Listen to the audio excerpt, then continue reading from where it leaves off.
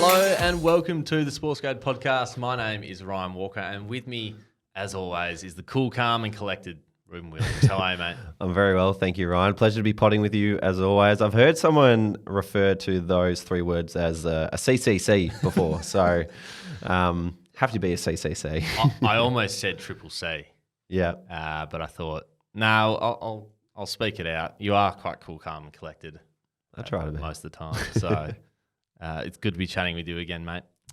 Let's crack in a great episode and something that I think a lot of people will benefit from. So let's get into it. Firstly, if you want to learn more about who we are, feel free to connect with us on LinkedIn. Or if you want to ask us any questions, jump into the Sports Code community. It's absolutely firing at the minute, so I can't recommend it enough to jump in. Yes, and a quick shout out to all our community members who are getting involved in them, and in particular to Gemma Thornycroft, who's just got a dream job at the AFL as a game development officer. So Unreal. Well done to Gemma. That is fantastic news. We're so happy for you. And the best bit about the community is whenever someone gets a job, everyone gets right around them in that wins channel, and it's great to see that pumping. So if you want to get your foot in the sports industry, or if you want to hire people quickly and easily, or just learn from the best in the world, there really is something for everyone inside the Sports Code community. So be sure to get involved. Fantastic. The jobs are really coming in at the moment. I know. Unreal.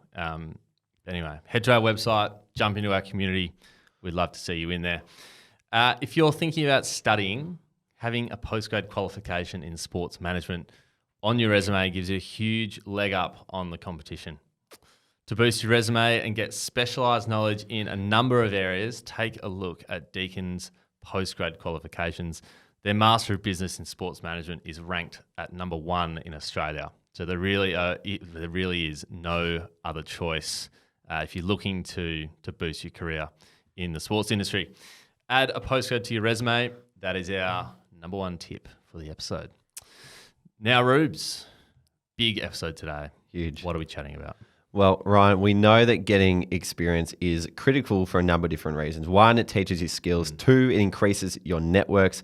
And 3, it helps you find out what you like and don't like so you can make better career-based decisions.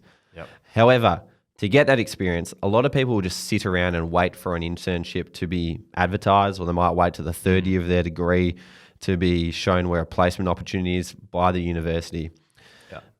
If you want to differentiate yourself, you want to stand out from the pack, you can't have the set extra experiences that uni prescribes for you. You need to have several more than everyone else.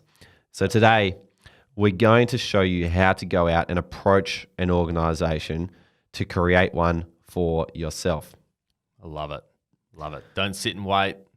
Go and get it. That's I love it. So firstly, I want to start with what not to do, because there are people out there who are just, going out to get internships, but they're going about it in the wrong way.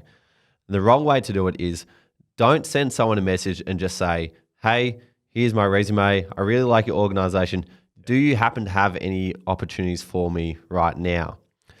The reason why you shouldn't do that is because you are creating work for the other person. Yeah.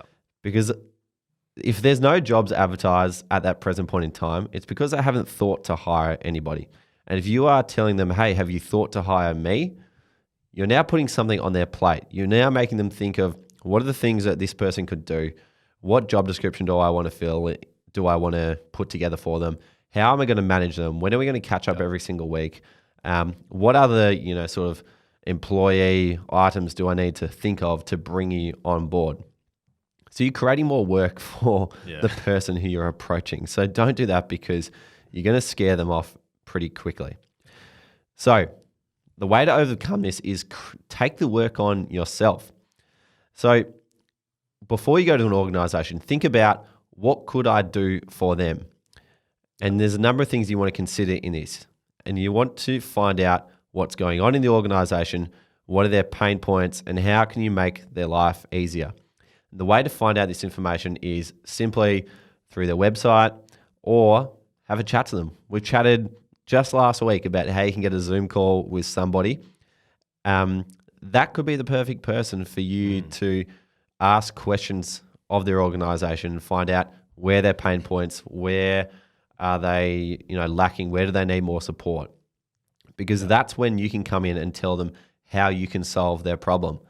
So, for example, you might say to them, If you've done a thorough scour of their website and you've found that a couple of pages aren't working, or there's mistakes in the copy, or the flow of it isn't very good, or perhaps it's their social media account too, you could say to them, hey, I've got skills in the areas of content creation and website development. I've noticed that the flow of your website could be better, or I've noticed that your social media account is lacking, like you're posting once a fortnight at the moment. This is an area that I'd love to develop my skill set in, but I'd love to learn it on the job doing a project, and I'd love to use your organization as a way to develop my skills. Is there an opportunity where I could perhaps help you develop your website, develop your social media content whilst getting the experience I need too? Yeah. And more often than not, if you have found a genuine pain point or a genuine problem and you've pitched it to them in a really effective way, they're going to say yes more often than not. Particularly startups, particularly grassroots organizations, the ones where there's like kind of less structure or red tape to get involved.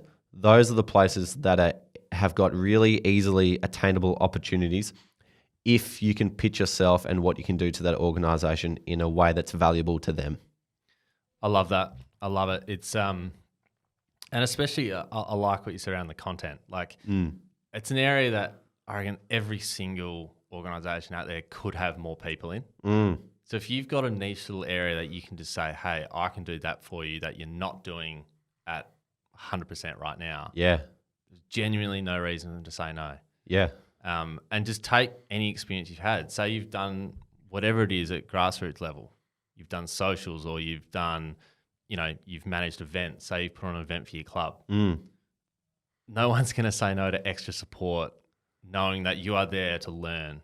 You're not a full-time employee. They don't need to go through the big processes to get that done. You just want an opportunity to get some experience, and it's just an extra pair of hands.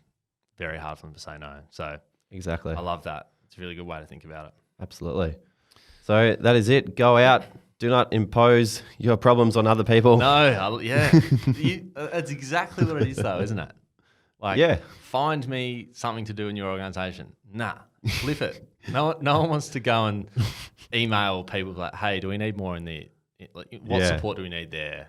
Can we do anything here? Like, people no. are flat out. People are so busy. Find the problem, tell them how you can solve it. I love that. Awesome, mate. Well done. Find us on LinkedIn, plus be sure to jump into the SportsGrad community.